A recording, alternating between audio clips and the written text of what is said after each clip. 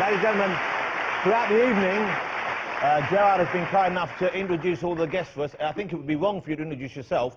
Michael, would you do the honours, in your butchish Spartan voice, introduce Gerard for us, please? This is Butler! Thank you so bad. He did a pretty good job. It's Gerard Butler, ladies and gentlemen.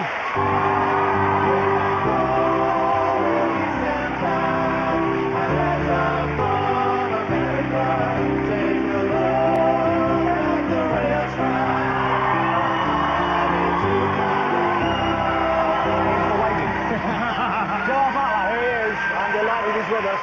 Sit yourself down, Gerard. Wow, it's great to have you on the show. Thank you. Get listen to that. Congratulations, before we remember, congratulations on your birthday. I just said 40 years old, ladies and gentlemen. There's no way I would have thought you were that old. You know that cream that Michael was talking about. Yeah. Well, I started using that 20 years ago. Cream. Yeah. So. But you know what? Well, okay. Here's someone you lived. I mean, I know you just said you've given up partying and sort of stuff for the last 10, 12 years, is it? 12 years, yeah. So you gave up booze completely 12 years ago? Completely, yeah. Okay. Yeah. And so that would, I would have thought, you know, help you get yourself back in good shape and so on. But when you party hard, which you did for a few years, normally that takes its toll. Did it take you a while to bounce back? How long was it before you could get back into feeling normal, feeling healthy? It didn't take me that long. So my voice is gone, by the way, from all the shouting. I'm like, ah. Well, it's your own fault. Yeah, you know, if you do that well in the film, because that's a good movie, isn't it? Did you like that movie? Yeah, I went out and bought a pair of red pants after that movie. I don't mind telling you. I think I had the same problem then as well, because we tried all different levels of Sparta. It was, this is Sparta, and then there was, this is Sparta, and then the final one, I said, let me try one more. Big. And I did a huge one, and the second I did it, literally, there was guys in the background laughing. They were like, and I went over to Zack Snyder, the director, and I said, all right, that was too much. He goes, no, that was awesome. Is he American? What did you do before you went to America, before you decided, okay, I want to make it as an actor, which I guess was partly what prompted the move to the States? What did you do? You studied law for a while, hadn't you? I did. I studied law for 5 years. And I trained as a lawyer for 2 years. And a week before qualifying, they said, we think that you're a nut job. And I lost my job. And is that a legal term, nut job? Well, it was to them. Why did they think that? What were you doing that was? You know, I was many different things actually. One, I wasn't very good. Two, I wasn't really trying to be very good. I wasn't inspired. So you didn't really want to do it? No, I mean, I enjoyed the studying. I was president of the Law Society and all of that, you know, but I just, the more time went on, the more I thought, this is not for me, especially when I started working. And I had issues. What was this I had some issues, issues, you know? You saw the future stretching ahead and you didn't like what the future held. You didn't see yourself as doing this for 20 years. Pretty much. So, but that must have been a weird moment, knowing I've given this big chunk of my life to something, and you know, it must have been quite, I would have thought, it's a bit like pulling the rug out from under yourself, isn't it? Yeah, pretty much. And suddenly reality hits when I was sitting facing these 3 senior partners from the firm, and they said, you know, we're going to let you go. And it's best for you and it's best for us, and you know, your talents are suited elsewhere at the pub. So were you turning out, were you boozing during the daytime? Yeah, I mean, I got to tell you, I have many stories about that, but I think I had 32 days off in 2 years, and 25 were Mondays. And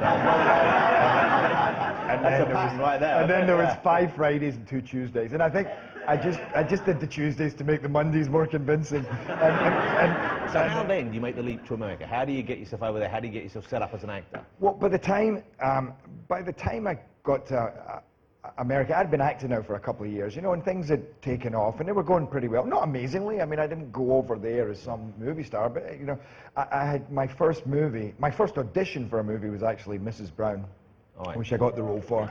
So after Mrs. Brown, actually, my manager, who's actually my producing partner, I was supposed to have a meeting with him in America, and I went out there. I was doing something else, and I didn't even get in touch with him. I mean, this is my chance at meeting an agent or a manager. I didn't even make the call. I came back home, and he called me up, and he said, you're crazy, you know, you could do great. Let me represent you. Yeah. I thought so it was due to happen in a way. You know, he spotted something, and you knew you could do it. But it's exciting. I get excited when I see someone, you know, following that dream and it happening for them, you know. And I've never met you before tonight, but I was really pleased seeing you in these movies. And when 300 came out, I vaguely knew I'd seen you some other stuff like that, and I thought, this is great. And I was so thrilled when it was a big hit. And especially because it was a better movie than it needed to be, you know what I mean? It could have just been a comic book action film, but it had a lot more going on. Must have been a tough one to shoot, though, I would have thought, wouldn't it? It was an intense shoot. I mean, I trained for 4 months before we even started, and And that was working out and stuff? Was working out, yeah. You must have been surprised and delighted with what a huge hit it was, because once again, it's quite an out there premise. And the way it was directed, you know, he proved me right, but it was a very kind of bold choice, wasn't it? It's very stylish, very stark, and very kind of like almost hyper the way it was shot, wasn't it? Yeah. Yeah, it was, and a lot of that you didn't even see until you saw the movie, you know, I mean, they you were just shooting a regular film, of course. We were shooting, not even a regular film. I mean, this was more complex than what our whole world was, you know, I mean, it was really just green walls. Wow. You know, 4 walls, this huge asbestos-filled warehouse that there was 3 different rooms, and they would literally just move the same set and turn it round. So one, it was going uphill, then it was going downhill, and then they all added it, you know. So it was all computer added, all the backgrounds, or almost all the backgrounds. Mostly. The city of Sparta itself was real, and there was a few real trees. But other than that, you're literally walking around going, there's something in the distance. Yes, he's been followed. You know, you'd all walk and stop, and you go, look. There's a burning village. Yes, they're over there. They've been following us in Sparta. And can I just say, if you haven't seen the film, Gerard's acting in the movie is better than you would think. I thought that was pretty good, actually. Yeah. Okay. Hey, congratulations on the new movie. I saw you in Gamer a while ago. I thought that was good fun. My little boy loved it. But the new movie is called Law Abiding Citizen. And this is you not just acting. You're now kind of creating these films yourself. You're producing them as well. So I guess you're looking for the right kind of role for yourself. What was it about this project? What was it about this character you wanted to do? Well, initially I wasn't playing that character. We got a script, actually, for talking about 300. I won Action Star of the Year. And at the award ceremony, this guy walked up and congratulated me and then said I'm a writer. And I was like, oh, God, here we go. And but he wrote this movie, and we said, well, send us a script. Read the script, loved it. Yeah. You know, we did a couple of years working on the script, really fleshing it out to something that we always knew we had the bones of a great movie, but or a great story. But then we fleshed it out.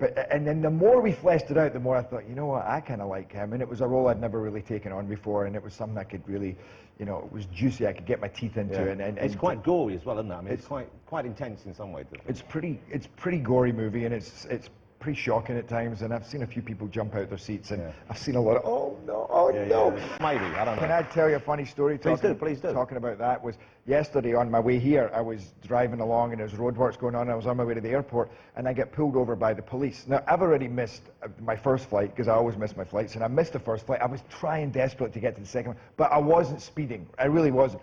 They pulled me over and they said, you know, you realize you were doing something like 48 in a 40 miles an hour zone. They then said, well, you were driving behind us and we were speeding, so that's all right. But you were wearing a baseball cap and you were driving a big SUV, so we were suspicious. So I'm like, okay. So, and then they go, what are you doing here? I said, I'm actually, you know, and they said, what's your occupation? I said, I'm an actor. And they went, oh. And one guy went, oh, I thought I recognized you, hi. And he said, where are you going? I said, I'm going down to London. I'm going on to Jonathan Rush. He goes, oh, give us a big shout out. So I'm giving you a big shout out. But anyway, and then we can't use this show to get you off points off your life.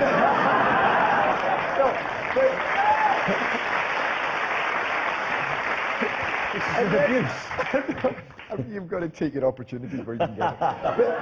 And then he said, so, and what are you doing here? He says, you got a movie coming out. And I said, yeah, and I have the premiere in Glasgow. And he said, what's the movie called? And I went, Law Abiding Citizen. I hope you'll agree, Gerard Butler has been a phenomenal guest, ladies and gentlemen.